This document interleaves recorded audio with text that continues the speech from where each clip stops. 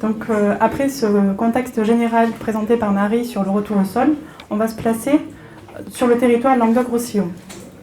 Avec le suivi des maises depuis de nombreuses années, on a rassemblé un grand nombre de données sur les épandages de boue et ce sont ces chiffres-là que je vais vous présenter.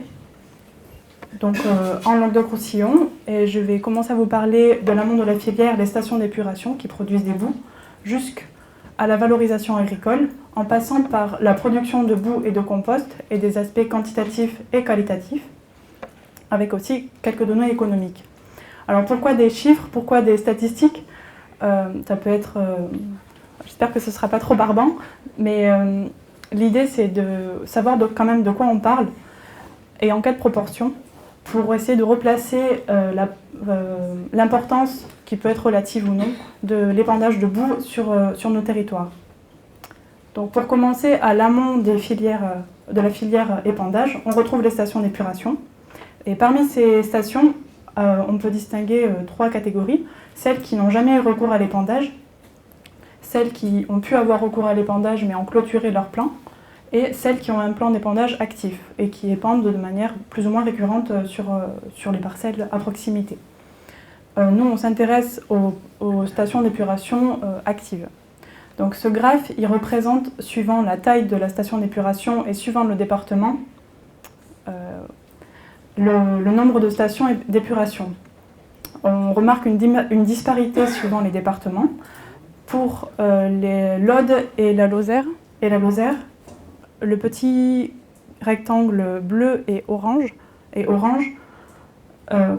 ça symbolise les stations d'épuration dites de petite taille inférieures à 2000 équivalents habitants.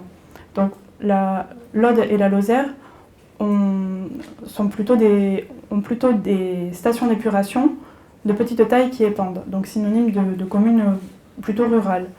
Pour le Gard et l'Hérault, c'est un petit peu plus équilibré. Il y a aussi des stations de plus grande taille qui épandent, et notamment des stations de plus de 10 000 équivalents habitants. Un chiffre à avoir en tête, c'est que près de 200 plans d'épandage ont été expertisés par les MES depuis 2008, donc en 10 ans. D'un point de vue quantité, il y a près de 4000 tonnes de matière sèche de boue et de compost de boue qui ont été épandues en 2017.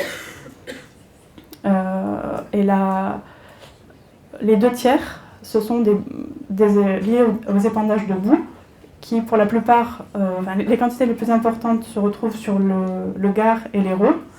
L'Aude, les PO et la Lozère épandent des quantités moins importantes. Mais ce qui fait le petit bond là, pour le Gard et l'Hérault, c'est le compost de boue. Donc il s'agit du compost de boue qui n'a pas été normé.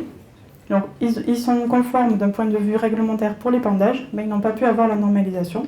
Ils proviennent de plateformes publiques ou privées et ils font l'objet d'un suivi NES pour leur épandage. Ces 4000 tonnes de matière sèche, qu'est-ce que ça veut dire par rapport à par rapport à 5 départements et où il y a plus de 5 millions d'habitants sur ce département? Est-ce que c'est des grosses quantités? Est-ce que c'est des faibles quantités? Finalement, on se rend compte que sur ce territoire, il y a plus de 40 000 tonnes de matière sèche qui sont produites par l'ensemble des stations d'épuration du territoire. Et l'épandage, ça concerne simplement 6,7%.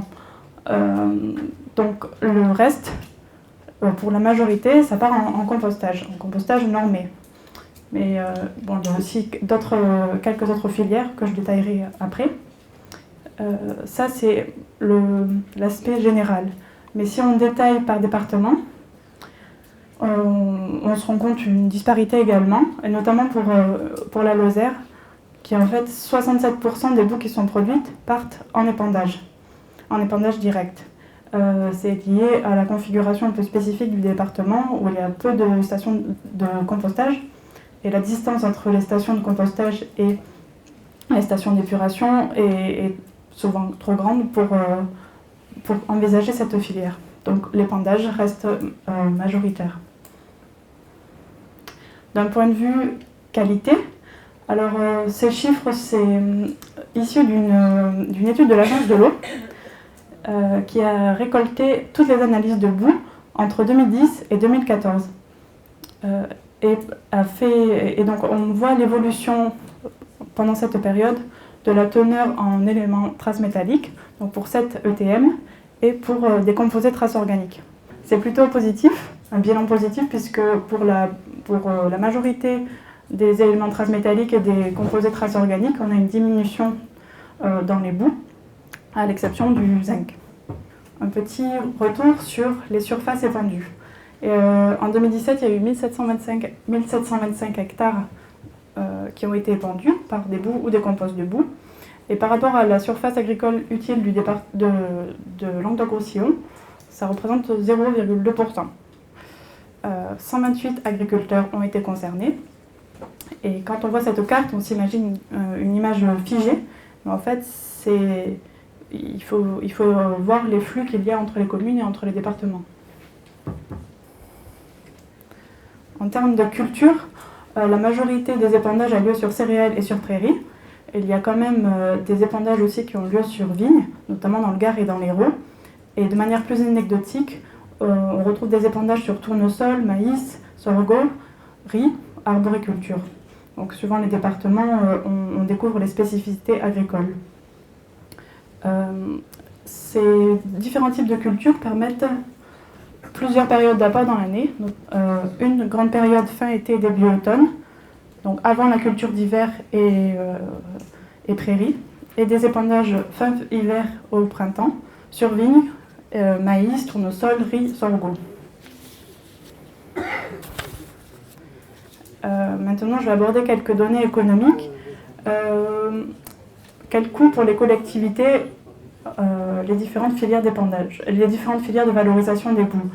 J'ai compilé différentes sources qui viennent de l'ADEME, d'un bureau d'études Alliance Environnement et de Amorce, qui est une association de collectivités et de professionnels dans le domaine des déchets. Donc c'est pas du tout exhaustif. Si vous avez des chiffres plus actualisés ou plus fiables ou plus variés, on se rend compte que l'épandage, quand même, c'est relativement moins cher par rapport à toutes les autres filières.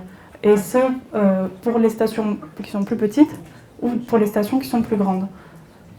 Mais de nombreuses stations qui ont une plus grosse capacité font aussi le choix d'autres filières de valorisation, parce qu'aussi, on se rend compte qu'en passant de 35 euros à 75, c'est simplement un chiffre qui est issu de l'ADEME, mais il y a aussi d'autres chiffres qui sont plus élevés.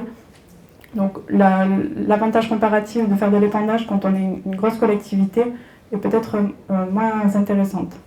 La filière qui est la plus coûteuse, ça reste l'enfouissement, avec un coût entre 85 et 140 euros la tonne. Et enfin, quelle est l'économie pour les agriculteurs? Donc, l'épandage est supporté par la collectivité, donc l'agriculteur accepte et reçoit les boues sur ses parcelles à titre gratuit. On a pris 3 cultures emblématiques qui sont épandues dans le territoire: blé dur, prairies temporaires et vignes. Et en moyenne, on peut avoir des doses d'azote et de phosphore entre 41 pour l'azote pour le blé dur, 75 pour le phosphore, pour la prairie temporaire 53 pour l'azote et 78 de phosphore qui sont apportés sur le sol. Et donc en faisant un calcul théorique, en prenant en compte le coût des engrais à l'unité, qui est de un peu plus d'1 euro pour l'azote et 0,8 euros pour le phosphore, on se retrouve avec des économies par hectare pour l'agriculteur entre 30 et 65 euros. Et bien sûr, c'est quand même des chiffres à relativiser, puisque l'agriculteur n'aura pas forcément fait le choix d'utiliser en substitution des boues, d'utiliser des engrais minéraux, mais c'est quand même un ordre de grandeur à avoir en tête, ces économies pour l'agriculteur.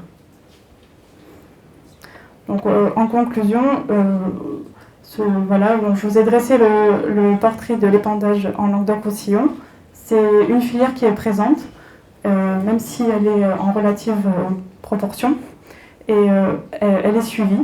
Elle a des avantages, et notamment économiques, et elle s'améliore. On a vu avec les études de l'Agence de l'eau. Et en fait, c'est une filière locale qui transforme un déchet en une ressource et pour les sols et les cultures. Et je pense que les boues doivent et devront faire partie du débat sur l'économie circulaire. On va passer à la suite. Merci.